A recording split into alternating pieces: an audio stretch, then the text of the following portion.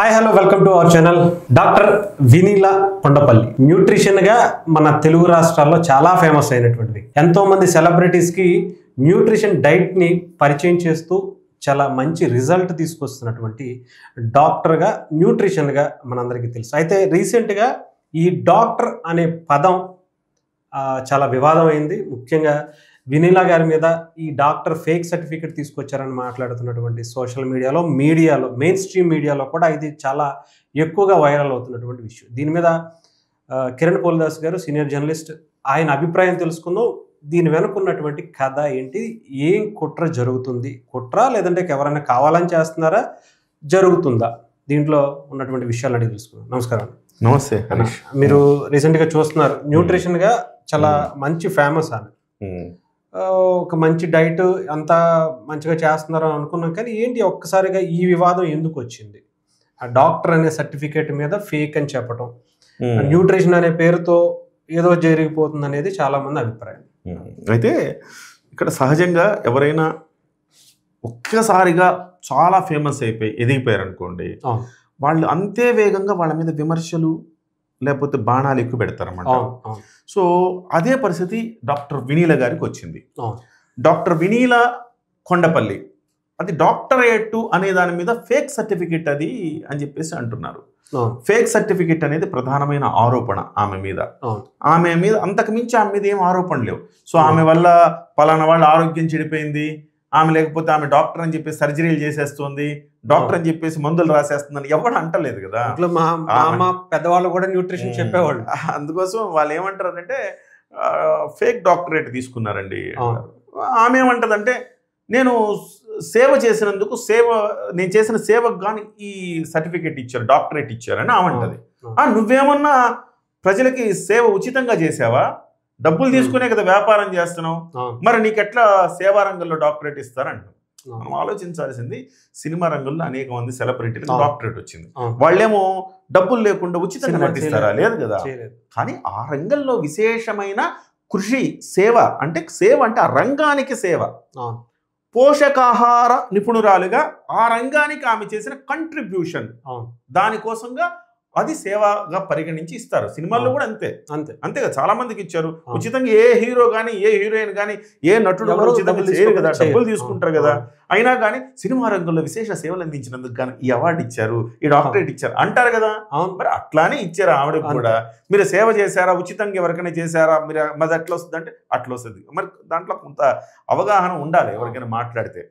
రెండో అంశము, ఆమె ఎక్కడ కూడా ప్రిస్క్రిప్షన్ రాయాల.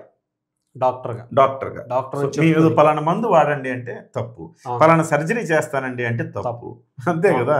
సో అవేమీ లేకుండా డాక్టర్ వినీలా అని పెట్టుకోవడంలో తప్పు ఎట్లా అవుతుంది? సో ఆమె న్యూట్రిషనిస్టు, నాకు న్యూట్రిషన్ సర్టిఫికేట్ ఉంది అంటుంది. ఆమె చెప్పే అంశాలన్నీ చూస్తే, ఆమెకున్న నాలెడ్జ్ చూస్తే ఎస్ న్యూట్రిషనిస్ట్. చాలా మంది ఈ సమాజంలో చాలా మంది, ఇప్పుడు మంతెన సత్యనారాయణ రాజు గారికి ఏం సర్టిఫికేట్ ఉంది, లేకపోతే ఇంకా రకరకాల వాళ్ళు ఉన్నారు కదా, ప్రకృతి వనం ప్రసాద్ గారు అని, ఇట్లా రకరకాలు ఉన్నారు. వాళ్ళకి ఏం సర్టిఫికేట్లు ఉన్నాయి? వాళ్ళు మన ప్రాచీన కాలం నుంచి వస్తున్న ఈ పోషకాహార విధానాన్ని చెబుతున్నారు, వాళ్ళ తోచిన రీతిలో వాళ్ళు చెప్తున్నారు. మీకు ఇష్టమైతే ఫాలో అవ్వాలి, ఇష్టం లేకపోతే లేదు. సో ఇంతకుముందు మనం చూసాం, ఆయిల్ పుల్లింగ్ నుంచి మొదలు పెడితే మంత్రి సత్యనారాయణ రాజు ఒకరోజు ఒక సందర్భంలో విపరీతమైన ఫేమస్ అయిపోయాడు. అందరూ ఉప్పు కారం లేని పచ్చి కూరగాయలు తినడం మొదలు పెట్టారు. పెద్ద ఆశ్రమే ఉంది కదా, పెద్ద ఆశ్రమం. ఆయన మీద కూడా విమర్శలు ఉన్నాయి, కోట్ల రూపాయల బిజినెస్ చేశారని. ఆ స్థాయికి వెళ్ళిపోయాడు మంతెన సత్యనారాయణ రాజు. సో ఆ తర్వాత విఆర్కే డైట్, పెద్ద చర్చలు జరిగినాయి, డాక్టర్లు కూర్చున్నారు, డిబేట్లు చేశాడు. ఇవాళ కూడా ఛాలెంజ్ చేస్తున్నాడు ఆయన. ఆయనకి ఏం సర్టిఫికేట్ ఉందని ఆయన కూడా నేను ప్రాక్టికల్ గా ప్రూవ్ చేస్తా అంటున్నారు. డాక్టర్లు రమ్మంటున్నారు, డాక్టర్లతో విభేదమైంది ఆయనకి. ఈవెన్ నా దగ్గర టెస్టిమోనియల్స్ ఉన్నాయి, టెస్ట్ చేసుకోండి అంటున్నాడు, సవాల్ విసురుతున్నాడు. సో ఆయన ఒకప్పటికి ఫేమస్ అయ్యాడు. సో అదే విధంగా ఇప్పుడు వినీల గారు ఫేమస్ అయ్యారు. సో ఫేమస్ అవ్వంగానే వాళ్ళ మీద ఒక్కసారిగా విమర్శలు కూడా దాడి చేస్తాయి. అయితే ఈమెకు వచ్చిన విమర్శల్లో మీడియా వార్ నడుస్తుంది హరీష్. అంటే కావాలని కుట్రపూరితంగా మీడియా వార్ నడుస్తోంది. ఎట్లా? ఫస్ట్ పాయింట్, కొంతమందికి ఏమంటే వ్యక్తిగతమైన ద్వేషం ఉండొచ్చు, సపోజ్ అంతే, మనుషుల్లో ఉండే సహజ గుణం అది. సో ఒక ఇద్దరు ఉన్నారు మనుషులు ఒకే రంగంలో, వాళ్ళకి అద్భుతమైన పేరు వచ్చింది, వీళ్ళకి రాలేదనుకోండి, ఒక ఓర్వలేనితనం ఉండొచ్చు. సో దాన్ని ఒక మానవ నైజం అది, నేను దాన్ని కూడా తప్పు పట్టాను. రెండోది, చాలా మంది చాలా సంస్థలు ఈమె దెబ్బకి కుదేలైపోయినాయి. ఆ సంస్థలన్నీ కూడా కలిపి ఎట్లయినా దుష్ప్రచారం చెయ్యాలి అనుకొని ఉండొచ్చు. సో ఆ రకమైన కుట్ర ఉండొచ్చు. ఎందుకంటే నన్ను కూడా ఒకళ్ళిద్దరు అప్రోచ్ చేయాలి, మీరు చేస్తారంటే ఆ గోల్లోకి నేను వెళ్ళను అన్నా. యాంటీగా చేస్తారని ఆ గోల్లోకి నేను వెళ్ళనండి అన్నా. మనం వెళ్ళము, కానీ మొత్తం మీడియా చర్చ మొత్తం దాని మీద నడుస్తుంది కాబట్టి ఇవాళ నేను మాట్లాడుతున్నాను. మూడో పాయింట్, మీడియా వార్ నడుస్తుంది. దీని మీద మనం చాలా జాగ్రత్తగా, మెయిన్ స్ట్రీమ్ మీడియా కూడా మీడియా వార్ నడుస్తుంది. ఏం మీడియా వార్ అంటే, ఈవిడ కేవలం ఒకే ఛానల్కి ఎక్కువ ఇంటర్వ్యూలు ఇస్తుంది. సుమన్ టీవీలో, ఎందుకు ఓపెన్గా చెప్తా, సుమన్ టీవీలో 1000 ఇంటర్వ్యూలు ఇచ్చిందండి. ఆమె చెప్పారు, నేను 1000 ఇంటర్వ్యూలు ఇచ్చా సుమన్ టీవీలో అని. సో సుమన్ టీవీకే ఎందుకు ఇస్తుంది? ఇప్పుడు మీ ఛానల్ ఉంది, నా ఛానల్ ఉంది, మాకు కూడా ఇవ్వండి అన్నాం అనుకోండి, ఇవ్వలేదు అనుకోండి, ఇవ్వకపోతే ఇక మనం ఏం చేస్తాం, మన శక్తి అంతే, మనకి ఇవ్వలేదు అనుకుంటాం, వదిలేస్తాం అంతే. కానీ కొంతమంది అలా వదలలేరు, మాకెందుకు ఇవ్వదు, బ్లాక్ మెయిల్ చేద్దాం. మొదటి నుంచి మీకు జర్నలిస్టులు, మీ సీనియర్ మీకు బాగా తెలుసు, ఎందుకంటే మీడియా ఛానల్స్ అనేవి అంటే యాడ్ ఇవ్వకపోతే వేసేస్తా అనే తరహా నుంచి మొదలు పెడతా ఉంటారు, అవన్నీ చాలా ఉంటది కథ. సో ఆ రకమైన మీడియా వార్ మొదలైంది. సుమన్ టీవీ అంటే గిట్టను, సుమన్ టీవీకేనా అంతా ఇచ్చేది ఈమె. సుమన్ టీవీ అంటే గిట్టని వాళ్ళు ఈమె మీద దాన్ని పనిగట్టుకొని శాటిలైట్ ఛానల్స్ పిలిచి ఇంటర్వ్యూలు చేస్తున్నాయి. ఈమె వ్యతిరేకుల్ని శాటిలైట్ ఛానల్స్, యూట్యూబ్తో స్టార్ట్ అయింది హరీష్, శాటిలైట్ ఛానల్ పిలిచి ఇంటర్వ్యూస్ చేస్తున్నాయి. ఏంటి అంటే సుమన్ టీవీ మీద అక్కసు. అంటే ఏ మాటకు ఆ మాట చెప్పుకోవాలంటే, పార్టీల పరంగా గతంలో వేరువేరుగా పాటేసుకునే ఛానల్స్ కూడా ఒకటైపోయాయి ఈవిడ వల్ల ఒకటైనాయి. సుమన్ టీవీ మీద బాణాలు ఎక్కువ పెట్టినాయి. అయితే ఇక్కడ మనం ఒక మాట ఆలోచించాలి. సుమన్ టీవీ అధినేత ఆయన ఎక్కడ చాలా కింది స్థాయి నుంచి డెవలప్ అయ్యారు. ఒక మధ్యతరగతి, మామూలు మధ్యతరగతి, సోషల్ మీడియాలో ఆద్యుడు, ఒక చిన్న స్థాయి నుంచి ఆయన 1,00,000 సబ్స్క్రైబర్లు ఉన్నప్పుడు నేను చూస్తున్నాను నేను. సో ఆయన మీద బురద చల్లడానికి స్టార్ట్ అయిపోయారు. సో ఎందుకు ఆయన మీద అంత అక్కసు అంటే, ఎందుకంటే పాయింట్ 1, 5 లక్షలు శాలరీ ఇస్తున్నాడు ఒక 6 మందికి. 5 లక్షలు 10,000 కెమెరామెన్ కి ఇవ్వడానికి కూడా అసలు దిక్కుదేమడం లేదు. 6 నెలలకి, సంవత్సరానికి ఇచ్చేవాళ్ళు కూడా ఉన్నారు శాటిలైట్ ఛానల్ కదా. 5 లక్షలు కాదు కదా, ఎంతో అనుభవం ఉన్న జర్నలిస్ట్ కూడా 2 లక్షలు ఇవ్వాలంటే చచ్చూరుకుంటున్నాయి. ఆన్ టైం 5 లక్షలు శాలరీలు ఇస్తున్నాడా, బెంజ్ కార్లు ఇస్తున్నాడా, అలాగే 1వ తారీఖుకి శాలరీలు ఇస్తున్నాడు. చాలా ముఖ్యం. నువ్వు 10,000 ఇచ్చావా, 25,000 ఇచ్చావా, 2 లక్షలు ఇచ్చావా కాదు, 1వ తారీఖుకి శాలరీలు ఇస్తున్నాడు.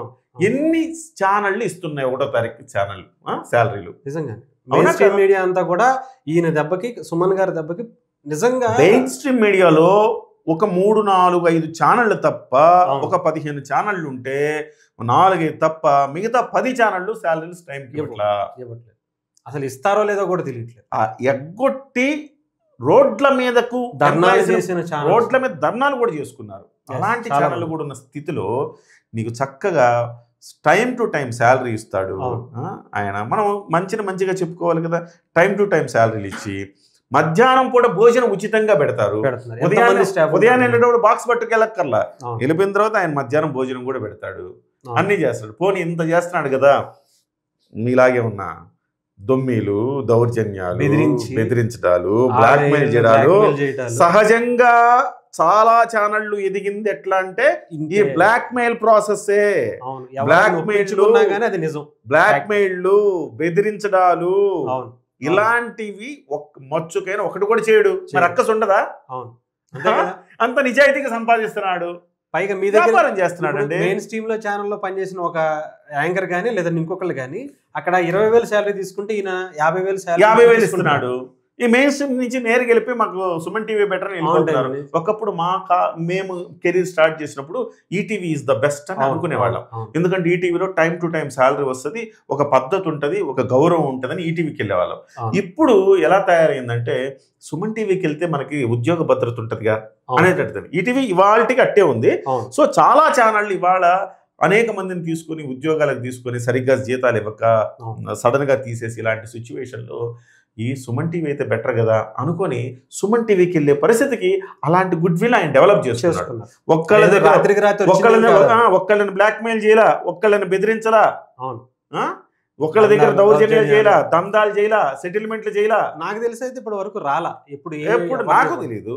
సో ఏమీ లేకుండానే నిజాయితీగా డబ్బులు సంపాదిస్తున్నాడు. మరి నిజాయితీగా వ్యాపారం చేస్తారా, డబ్బులు మీరు వ్యాపార సంస్థలతో టైఅప్ పెట్టుకుంటాడా, ఇంకోటి చేస్తాడా? అడ్వర్టైజ్మెంట్ చేసుకోవడం అనేది ప్రతి ఒక్కళ్ళకి హక్కు. అది ఏ సంస్థ అడ్వర్టైజ్మెంట్ చేసుకుంటది కదా.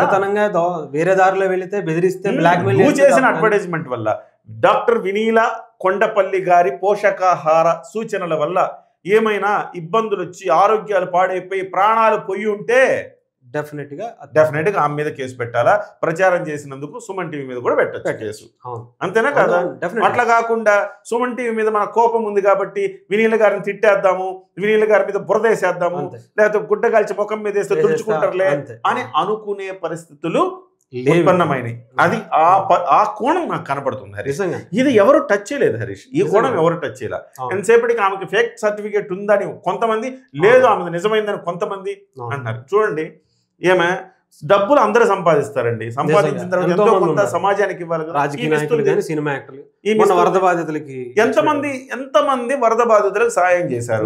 మీ దగ్గర డబ్బులు ఉంటే ఎంతమంది వ్యాపారాలు సంపాదించిన వాళ్ళు. తెలంగాణకు కూడా ఇంకోటి వెల్నెస్ సెంటర్లు ఉన్నాయి కదా, ఎన్ని వెల్నెస్ సెంటర్లు ఇలాగ సహాయ కార్యక్రమాలు చేసినాయి. ఈమె చేసింది. తెలంగాణకు 10 లక్షలు ఇచ్చింది, ఆంధ్రప్రదేశ్ 10 లక్షలు ఇచ్చింది. అవును, నిజంగా. అంటే ఎంతమంది అయినా ఉండొచ్చు. దీన్ని మనం చెప్పామనుకోండి, అప్పుడు ఆమె ఇస్తుందండి, ఆ ప్రచారం కోసం ఇస్తుంది. మరి మీరు కూడా ప్రచారం కోసం ఇవ్వచ్చు కదా, నిజాయితీగా చేసుకుంటే ఇవ్వచ్చు కదా, తప్పే ఉంది. చాలా పేరెన్నిక కన్నా సంస్థలు చాలా ఉన్నాయి కదా. మేము బరువు తగ్గిస్తాము, సన్నగా చేస్తాం, తెల్లగా చేస్తాం అని చెప్పే సంస్థలు చాలా ఉన్నాయి కదా, మీరు కూడా ఇవ్వాల్సింది. సో ఏదేమైనా సరే నిజంగా ఒక కుట్ర అయితే మాత్రం చాలా బలంగా కనిపిస్తుంది. అది ఒకటి వినీల గారి మీద, అలాగే సుమన్ టీవీ మీద. ఈ రెండిట్ల మీద కూడా ఒక పథకం ప్రకారమే చేసుకుంటున్నారేమో. సుమన్ టీవీని కూడా దెబ్బ కొట్టాలని తీవ్రమైన ప్రయత్నాలు జరిగినాయి. కొన్ని ఛానళ్ళు అయితే సుమన్ టీవీ మీద ఎలా చేయాలి, ఎలా దెబ్బ కొట్టాలని ప్రయత్నం జరిగింది. బట్ ఇంకా కంటిన్యూ చేస్తూనే ఉంటారు. ఆయన నిలబడ్డాడు, మనం అప్రిషియేట్ చేయాలి. ఒక వ్యక్తి మధ్య తరగతి నుంచి వచ్చి గట్టిగా నిలబడి ఒక బలమైన సామ్రాజ్యాన్ని స్థాపిస్తే దాన్ని ఇన్స్పిరేషన్ కి తీసుకుని మీరెందుకు వెళ్ళకూడదు? ఎవ్వరు అవునన్నా కాదన్నా హరీష్, సుమన్ టీవీని ఇన్స్పిరేషన్ కి తీసుకుని యూట్యూబ్ ఛానల్ స్టార్ట్ అయితే చాలా మంచి. నేను కూడా చాలా మంది మీ ఛానల్ అంటే ఎస్, యూట్యూబ్ ఛానల్ కూడా ఇంత ప్రభావం చూపిస్తుందా? ఒకప్పుడు శాటిలైట్ నుంచి, నేను శాటిలైట్ ఛానల్ నుంచి వచ్చిన కదా, యూట్యూబ్ లో చేయాలంటే నాకు మనసు అంగీకరించేది కాదు. అలాంటిది నేనే యూట్యూబ్ ఛానల్ పెట్టానంటే, శాటిలైట్ ఛానల్ తలదన్నే రీతిలో యూట్యూబ్ ఉంది అంటే దానికి కారణం ఎవరు? సుమన్ అనే ఒక ప్రబల శక్తి, బ్రాండ్ క్రియేట్ చేసి, సోషల్ మీడియాలో యూట్యూబ్ ఛానల్స్ లో బ్రాండ్ ఎవరెస్ట్ శిఖరం అని తిట్టి ఎదిగిపోయింది. ఇప్పుడు బయటికి కొంతమంది తిట్టచ్చు కానీ అదే స్ఫూర్తితో వచ్చి అదే స్ఫూర్తితో ఛానల్ పెట్టి ఎదిగిన వాళ్ళు ఉన్నారు. చాలా మంది ఎదిగిన వాళ్ళు, ఎంతో మందికి ఉపాధి కల్పిస్తున్నారు. ఇవాళ నిజం చెప్పాలంటే మీరు ఛానల్ పెట్టినా, నేను ఛానల్ పెట్టినా, ఎవరు ఛానల్ పెట్టినా, ఇవాళ జనసేన పార్టీకి కూడా ప్రాణం పోసింది ఈ యూట్యూబ్ ఛానలే. మెయిన్ స్ట్రీమ్ మీడియా ఎవరు చేశారండి? ఎవరు చేయలే. సో ఆ రోజు ఓహో, మనం యూట్యూబ్ ద్వారా ఇంత ప్రభావం చూపించచ్చా అని సుమన్ని చూసి మనం యూట్యూబ్ ఛానల్ పెట్టి మనం కూడా ఒక అంటే అరాచక ప్రభుత్వాన్ని పోగొట్టడానికి ఒక మంచి మనిషికి సపోర్ట్ చేయాలని సపోర్ట్ చేశాం కదా. డెఫినెట్ గా మనం ఎక్కడ దేనికి కూడా లాభాపేక్ష లేకుండా, బెదిరింపులకి భయపడకుండా అన్ని ఆలోచించుకుని చేసుకున్నాం. సో డెఫినెట్ గా చూద్దాం దీని మీద ఎలాంటి కుట్రలు ఏంటి, ఏం బయటకు వస్తాయి అనేది చూడాలి. మొత్తానికి ఒక కొత్త ఆలోచనలు మీరైతే తీసుకొచ్చారండి. ఎందుకంటే ఇప్పటి వరకు ఎవరు టచ్ చేయలేదు. దీని వెనక వాస్తవాలు చాలా మందికి చెప్పట్లేదు. సేపటికి ఆమెకి డాక్టర్